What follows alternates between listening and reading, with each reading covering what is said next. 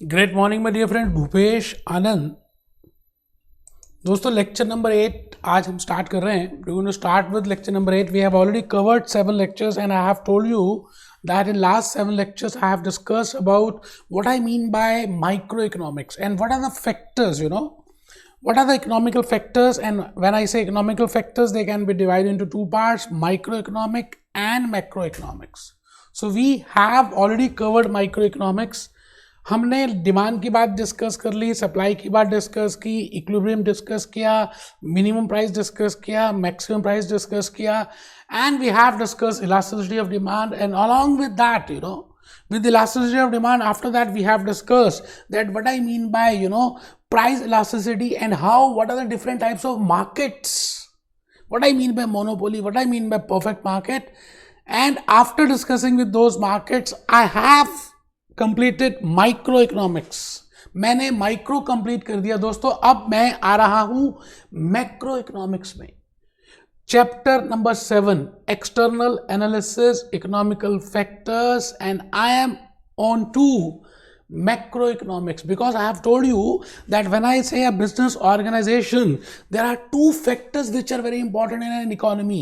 What is that minute factor and what is the overall factor? So we have discussed micro, but now we are going to start with macro.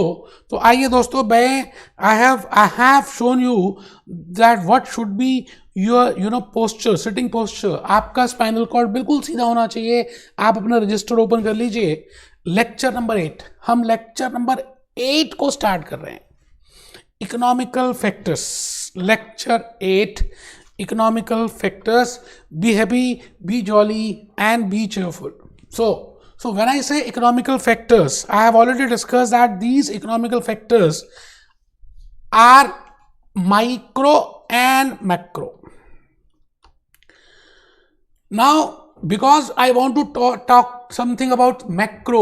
बेटे जब मैं macro की बात कर रहा हूं तो I am not talking of individual demand. मैं एक individual demand, individual supply, I am not talking of a simple market, rather I am talking of whole, overall economy as a whole. if I am talking from the India point of view, तो मैं अभी यहाँ पर एक company की बात नहीं कर रहा, बॉम्बे स्टॉक एक्सचेंज की बात नहीं कर रहा. I am talking of full company, full economy as a whole. That how much is the demand of this India, how much is the expenditure of this India, how much is the output of this India, what are the government policies of India, what are the monetary policies of India, what I mean by economic policies. So I am talking of overall unemployment, overall income, overall disposable income and unemployment. All these factors I will see. मैं ये सारे factors अब India के point of view से देखने वाला हूं. बेटे हम मैक्रो इकोनॉमिक्स कर रहे हैं, बात को समझने की कोशिश कीजिएगा. मैं माइक्रो नहीं कर रहा इस समय, मैंने माइक्रो कंप्लीट कर दिया. मैं अब डिमांड की बात नहीं करूंगा, सप्लाई की बात भी नहीं करूंगा. मैं आपके सामने ऐसे मुद्दे लेकर आऊंगा which are very important, because as an analysis, when you are analyzing your business organization with respect to macroeconomics, so you should know that how much is the output of that country. Supposingly आप एक London से आ रहे हैं और आप India में अपना business set करना चाहते हैं. So I want to find out कि इंडिया की इकोनॉमी कैसी है, इंडिया का जीडीपी कैसा है, इंडिया की इकोनॉमिक ग्रोथ कैसा है, इंडिया का एम्प्लॉयमेंट कैसा है, इंडिया का एजुकेशन लेवल कैसा है, इंडिया की इन्फ्लेशन कैसा है, इंडिया की एम्प्लॉयमेंट लेवल क्या है. Because all these factors will help me in analysing my own business organisation. तो आज के इस लेक्चर में I am going to start with economical factors, macro economical analysis, aggregate demand, aggregate output, total income, national expenditure, government policy and economical policy. Within economical policy हम discuss करेंगे monetary policy and physical policy. So ये बातें आज हमने discuss करनी है. And when I say micro, I will be basically putting my emphasis on income, on inflation and on employment, because ये तीनों फैक्टर्स आपस में इंटर रिलेटेड हैं. अगर एक कंट्री की इनकम ज़्यादा होती है, If the citizens of that country are more hardworking, they are more technology savvy, they are more doing good work, they are more educated, they are more giving the services, ultimately the income of that country will increase. If the income of that country will increase, the disposable income in the hands of these citizens will increase. And when I say disposable income will increase, they will have more power to buy something. It means they will create more demand. And when more aggregate demand will be created, there will be more production. And when there is more production, more employment will be there. And when there is more employment, ultimately per capita income will increase. So it means if I say income, if I say inflation, if I say employment, अगर मैं तीनों की बात करूं तो बेटे आपस में इनका लिंक है. जैसे मैंने कहा इनकम का लिंक है एम्प्लॉयमेंट से. अगर इनकम कम होगा तो अल्टीमेटली डिमांड कम होगा तो सप्लाई कम होगा, because producer will not be motivated in producing that. And if supply is less, employment will be less because they will not hire new people. If employment will be less, ultimately capita income, per capita income, disposable income, national income, economic growth, GDP will be less. It means ये पूरा का पूरा chain कहीं ना कहीं जाकर एक आपस में इंटर रिलेटेड है. तो इन दिस मैक्रो इकोनॉमिक्स, मैं Bhupesh Anand, I want to tell you these macro factors which are very important while analyzing the from economical point of view. These factors play a very important role. So let's have a next point, that what are the objectives of macroeconomics. As a student, student के point of view से अगर मैं देखना चाहूँ तो आपको क्या लगता है मैक्रो इकोनॉमिक्स के क्या ऑब्जेक्टिव्स होंगे? आप बताइए सर. आप मेरे सामने बैठे हैं, यूट्यूब में देख रहे हैं, आप मेरे रिकॉर्डेड लेक्चर्स देख रहे हैं. आपके हिसाब से what are the objectives of macro economics?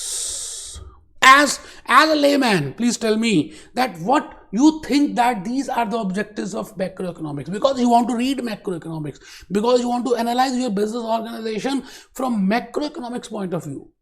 If I say there are two countries, one is India and second is Pakistan, and if I compare the macroeconomical factors of India and Pakistan, आप बताइए आप कौन सी country में as a business organization you want to set your business. So I will compare the education level of Pakistan and India. I will compare the economic growth level of India and Pakistan. I will compare the employment level of India and Pakistan. I will compare the balance of payment of India and Pakistan. It means if I say that these are the objectives, I can plot that there are 4 objectives. आपको लिखने हैं बेटे आप अपना register open भी नहीं किया आपने. कुछ बच्चे तो ऐसे ही बैठे. नहीं बेटा, एक बच्चा कह रहा सर ये 8th लेक्चर है, ये चैप्टर ही कंप्लीट होने को नहीं आ रहा. बेटे ये मैंने नंबर ऑफ लेक्चर्स इंक्रीज कर दिए because I want to explain you the concept. तो आप नंबर ऑफ लेक्चर्स में मत जाओ यार. आप थोड़ा सा प्लीज ध्यान से जो मैं कहता हूँ आप प्लीज नोट डाउन करो. मेरा ऑब्जेक्टिव है that you should clear in first attempt. पहले अटेम्प्ट में आपका क्लियर होना मेरे लिए बड़ा इंपॉर्टेंट है. आपको for that you have to write down something. So I am writing down macro economics. मैं इस समय मैक्रो इकोनॉमिक्स की बातें कर रहा हूं. And I have told you that what are the points to be taken into account while analysing a business organisation in point of view of macroeconomics. And what are the objectives of any macroeconomics? If I want to analyze it, what are the objectives? मेरा पहला objective ये होगा कि वहां पर economic growth हो. These are the objectives of macroeconomics, because if there is a growth in that economy, if that economy is a live economy, if that economy is growing economy, if that economy has a huge income, if that economy citizens are hard working, so they will have more income, so they will demand more iPhones, they will demand more products, there will be a demand of laptops, there will be a demand of clothes, there will be a demand of pizza, there will be a demand of products, there will be a demand of services. And ultimately when there is an aggregate demand, ultimately it will consequate. जैसे ही आप demand create करेंगे iPhone का, laptop का, तो iPhone वाले आगे demand create करेंगे screen के लिए, कैमरास के लिए, उसके बाद आगे वो हायर करेंगे employees. It means all the chain will start working.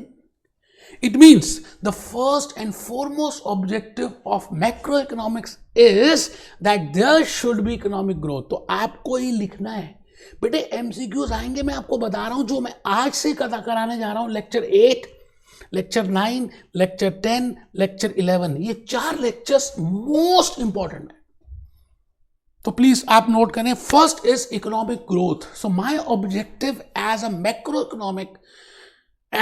macroeconomic objective is that there should be economic growth. Economy should grow, growth should be there, demand should be there, everyone should be working, employment should be there. So this is my first objective, that there should be economic growth. एक student school की बात करें, अगर आप जब school में थे, आप बताइए आपके पेरेंट्स का क्या ऑब्जेक्टिव था कि उनका बच्चा जो आप थे, कि आपका रिपोर्ट कार्ड जब आए तो 5th क्लास से 6th क्लास की रिपोर्ट कार्ड ज़्यादा बेटर हो, 6th क्लास से 7th क्लास की रिपोर्ट कार्ड और ज़्यादा बेटर हो, सब्जेक्ट वाइज भी इंप्रूवमेंट हो, ओवरऑल भी इंप्रूवमेंट हो, स्पोर्ट्स में इंप्रूवमेंट हो, एक्स्ट्रा करिकुलर एक्टिविटीज में इंप्रूवमेंट हो, सब्जेक्ट वाइज इंप्रूवमेंट हो, other features में improvement हो. So this is your objective of your parents, you know. Similarly, there are some objectives of macroeconomics. पहला objective है, first is economic growth होना चाहिए. Second is बेटे महंगाई, इन्फ्लेशन की बात करेंगे, मैं गाना भी दिखाऊंगा, हाय हाय महंगाई, हाय हाय महंगाई. आपको पता है कभी आप अपने पेरेंट्स से पूछें तो वो बताएंगे कि जो उनका ज़माना था, उस ज़माने में दूध क्या रेट था, सब्जियों का क्या रेट था, फ्रूट्स का क्या रेट था, सोने का क्या रेट था, चांदी का क्या रेट था, घर का क्या रेट था. आप हैरान हो जाएंगे. आज in today's aspect the same 1 kg of apple is costing you high. The same 10 grams of gold is more costlier because of inflation. बेटे जिस कंट्री में ज्यादा इन्फ्लेशन होती है वो कंट्री अच्छी नहीं मानी जाती, because ultimately the real worth of the currency is decreasing. ग्रीस, so it means inflation should not be more. होनी चाहिए इन्फ्लेशन, हम इसकी बात नहीं कर रहे हैं, but there should be low inflation. So there are 4 objectives as a macroeconomist. First is economic growth, second is low inflation, and third is high employment. But employment अच्छा होना चाहिए. It means when I say employment is good, it means new projects are coming in, expansion is there, new machineries are being set up, new employees are being hired, new skills are coming, new technology is coming. So high employment means more income to the individuals at home. It means more demand, it means more consumption, it means more supply, it means more production, it means more employment. All that circle will start moving. So that is, the feature, the objective of economic growth is, the objective of macroeconomics is high economic growth, low inflation, high employment, and sustainable balance of payment. बेटे balance of payment क्या लगता है? First time सुना आपने balance of payment? बेटे आप as a India, I am a exporter as well as I am a importer. As an Indian, I am both exporter as well as importer.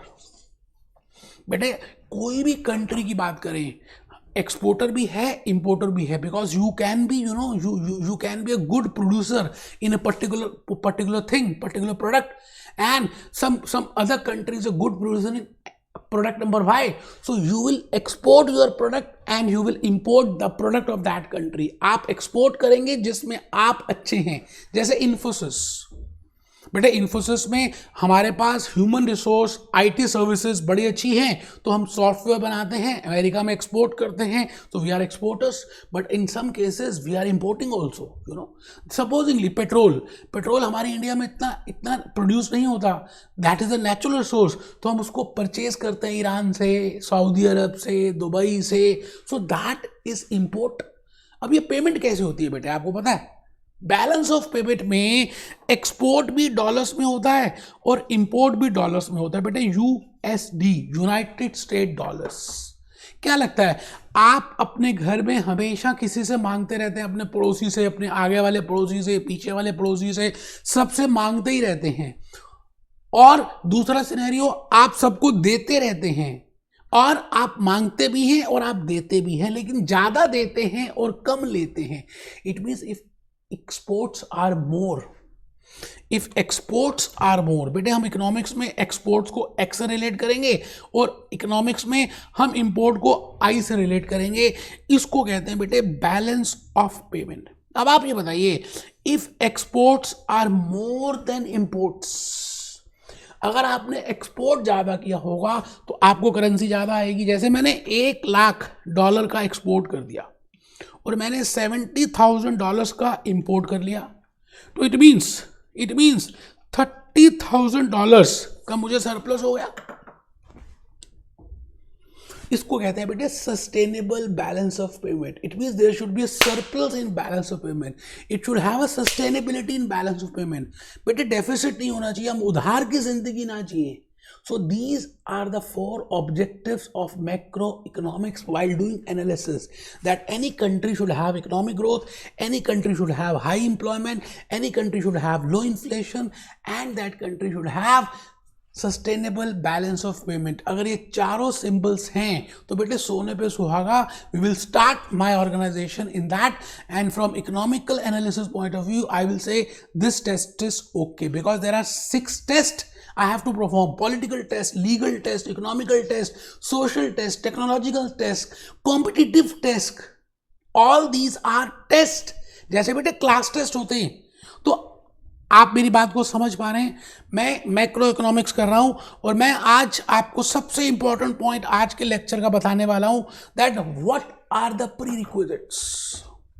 आपको कैसे पता चलेगा कि ये इकोनॉमी ग्रो कर रही है? जैसे मैंने फर्स्ट ऑब्जेक्टिव बताया, there should be economic growth, there should be low inflation, there should be high employment, there should be sustainable balance of payment.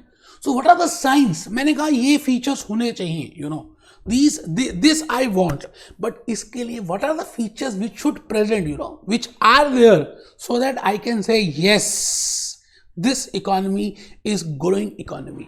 मैं ये कैसे पता लगाऊंगा, क्या फीचर्स होंगे? फॉर एग्जाम्पल, आपके क्लास में, आपके स्कूल में बेटे हेड बॉय होता था, याद कीजिए, हेड गर्ल भी होती थी।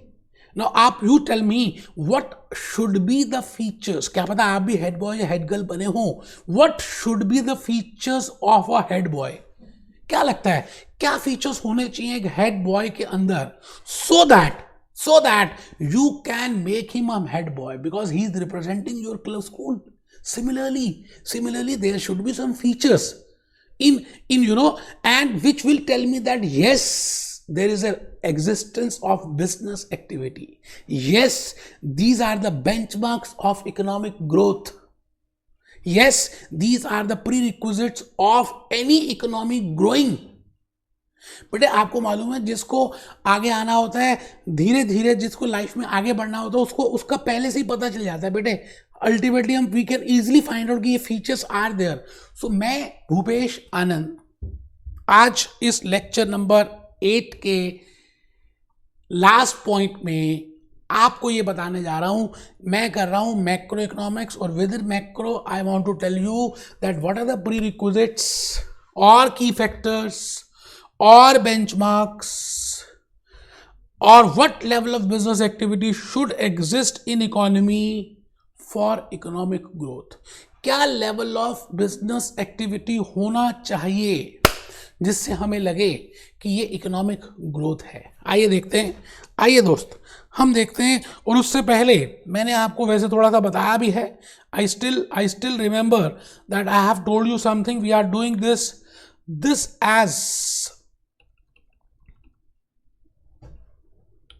बेटे हम कर रहे हैं, हम इस समय क्या कर रहे हैं बेटे, क्या कर रहे हैं, मैं इसको रब कर रहा हूं। पहले तो मैं कर रहा हूं बेटे, I have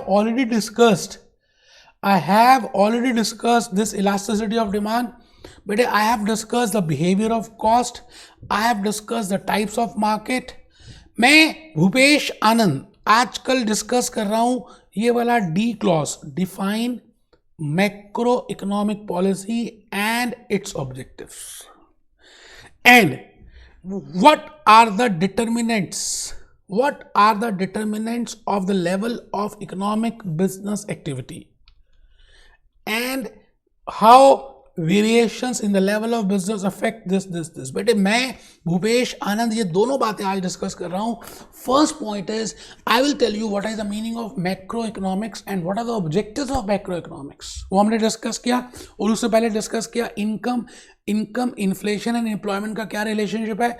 now I am telling you what are the determinants. ऐसे कौन से डिटर्मिनेंट्स हैं बेटे, मैं कौन सा रंग यूज करूं जिससे आपको बहुत अच्छा लगे. What are the determinants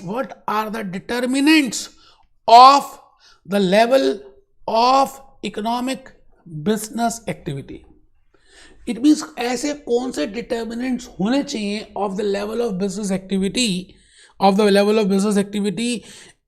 which will tell me that yes there is a growth. तो मैंने इन सब के लिए ऑलरेडी मेरे आपके सामने मैंने लास्ट क्लास में बड़ी सारी स्लाइड्स दिखाई भी थी.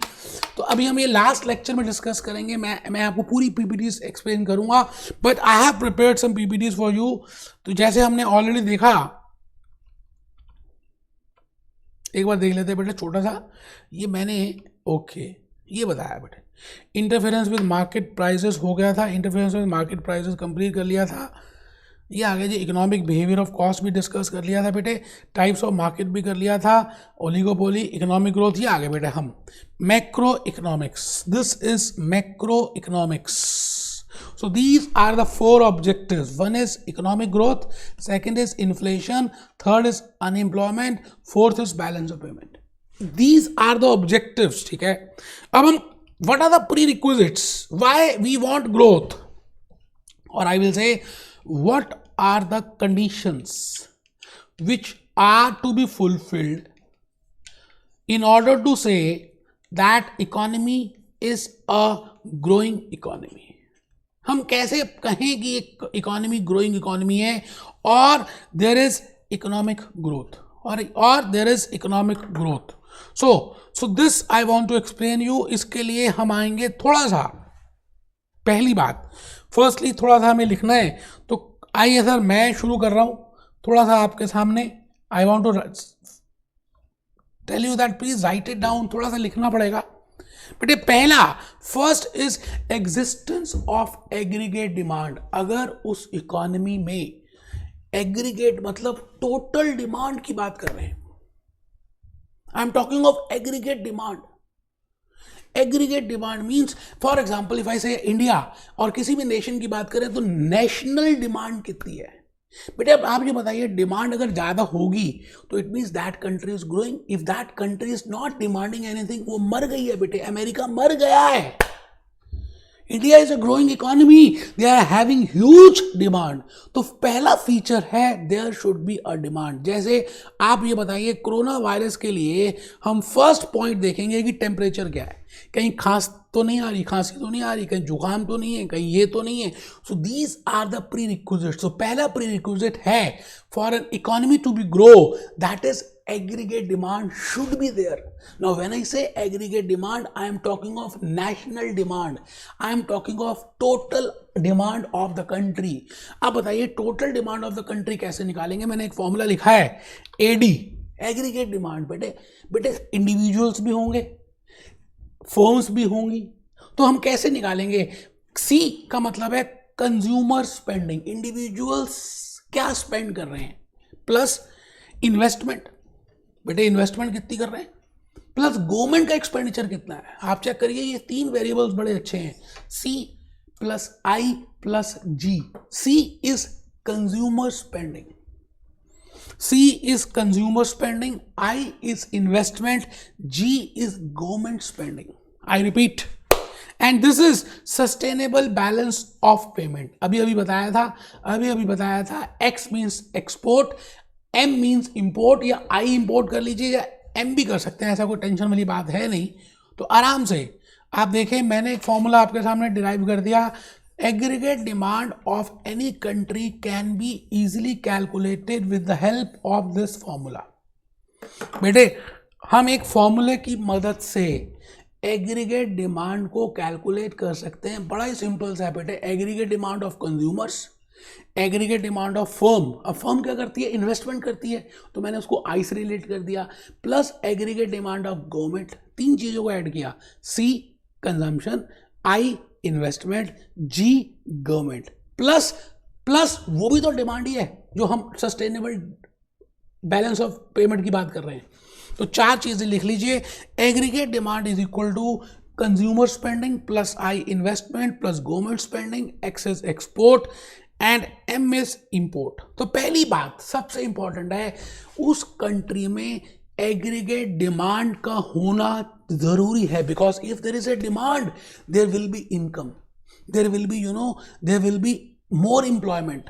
तो all those factors are interrelated. अगर आपने कभी सुना है vicious circle of poverty, vicious circle of poverty क्या होता है, पेरेंट्स अगर अनपढ़ होते हैं तो उनके बच्चे भी अनपढ़ होते हैं, उनके पास पैसे नहीं होते, फिर उनके बच्चे भी अनपढ़ होते हैं, और ये सर्कल चलता ही रहता है।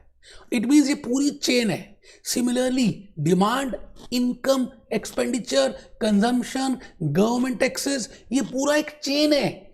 अगर डिमांड होगा तो अल्टीमेटली गवर्नमेंट को टैक्सेस भी ज्यादा आएंगे बेटे। आप बताइए कैसे?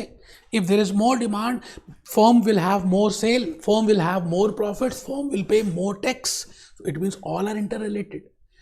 You getting my point? Second बेटे, हम सेकंड फैक्टर में आ गए, second prerequisite, second benchmark which will tell me that yes there is economic growth. Consumer का कॉन्फिडेंस होना बड़ा जरूरी है बेटे, एग्जिस्टेंस ऑफ कंज्यूमर कॉन्फिडेंस। जैसे ही येस बैंक गिरा और जैसे ही कोरोना वायरस हुआ बेटे, दोनों साथ साथ ही हुए हादसे इंडिया में। और आप देखिए सेंसेक्स अचानक ही गिरना शुरू हो गया। मैं आपको अभी सेंसेक्स की बात करूं तो थोड़ा सा दिखाता हूं। सेंसेक्स अचानक ही गिरना स्टार्ट हो गया बेटे। देखिए बेटा, बेटे ये देखो, ये देखिए सेंसेक्स का गिरना, सेंसेक्स का गिरना। सेंसेक्स टुडे, अगर मैं आज बात करता हूं सेंसेक्स की, तो देखिए जी सेंसेक्स गिर रहा है। Sensex is decreasing like anything, Sensex is decreasing like anything. ये आप रेड साइन देख रहे हैं? इट मीन्स जैसे येस बैंक गिरा या जैसे ही येस बैंक का घोटाला पता चला और उधर से साथ साथ ही चाइना से कोरोना वायरस इंडिया में पता चला, so these were the two negative factors because of which market clash like anything. It means confidence का होना कंपलसरी है, then only I can say that this economy is a growing economy. तो आज हम वही डिस्कस कर रहे हैं that how you will find out that this economy is a growing economy. आपको कैसे पता चलेगा कि इकोनॉमी ग्रो कर रही है? मैंने आपके लिए आज आपके लिए अभी मैक्रो इकोनॉमिक्स की बात हम कर रहे हैं। व्हेन आई से macro economics I am talking of GDP, ये बात हम सब कर चुके हैं। आइए मैं आपको थोड़ा सा ये बता दूं कि how I will find out that there is a existence of consumer confidence. High confidence कैसे लगेगा बेटा? आप बताइए, आप में हाई कॉन्फिडेंस कब होगा? जब कैसे पता चलेगा कि आप में हाई कॉन्फिडेंस है? और ये कैसे पता चलेगा दैट यू आर पॉजिटिव? बेटे आपकी थॉट्स पॉजिटिव होंगी, आपके वर्ड्स पॉजिटिव होंगे, आपकी एक्शंस पॉजिटिव होंगी, तो ultimately I can say that this person is a positive. अब ये कैसे पता चलेगा दिस पर्सन इज नेगेटिव? बेटे उसकी आंखें नीचे होंगी, वो ढीला होगा। मैं कैसे कह सकता हूँ कि एक डांस करेगा जब उसके हाथ ऊपर होंगे? बेटे डांस तो ऐसे होता है, कभी ऐसे होता है डांस? ऐसे होता है क्या बेटे? डांस तो हमेशा ऐसे ही होता है। तो मेरे को ये बताना है that if these are the prerequisites in the economy, it implies that the economy is growing economy. तो first is there should be existence of aggregate demand. Second should be कि कंज्यूमर का confidence होना बड़ा important है। अब हमें कैसे पता चलेगा कि कंज्यूमर का कॉन्फिडेंस है? एग्रीगेट डिमांड बढ़ रही है बेटे। If aggregate demand is increasing, if demand is increasing, it means business income will be increasing. If business income is increasing, tax revenue for government will be increasing, and if tax revenue for government will be increasing, then there will be increase in investment in new ventures. Automatically एक growing demand है। Suppose करते हैं graphic designer का काम बहुत अच्छा है, तो अल्टीमेटली सब लोग उसी में इन्वेस्टमेंट करेंगे, उसी बिजनेस में इन्वेस्टमेंट करेंगे।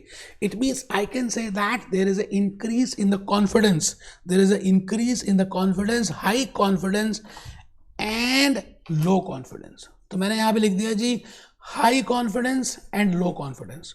And how I can find out कि यहाँ पर लो कॉन्फिडेंस है? बेटे लो कॉन्फिडेंस के कुछ सिम्टम्स हैं. मुझे कैसे पता चलेगा कि इसको डेंगू का बुखार हुआ? बेटे उसमें कुछ सिम्टम्स मिलेंगे. लो कॉन्फिडेंस होगा तो अल्टीमेटली एम्प्लॉयमेंट भी लेस होगी, अनएम्प्लॉयमेंट एक साइन होगा, high inflation will be there, natural disasters will be there. Ultimately इन सभी वजह से लो कॉन्फिडेंस होगा. And I can say that these are the benchmarks of economic growth. Third में आ जाइए बेटे, अवेलेबिलिटी ऑफ कैपिटल. क्या लगता है बेटे, कैपिटल अगर ज्यादा अवेलेबल होगी, इजिली अवेलेबल होगी,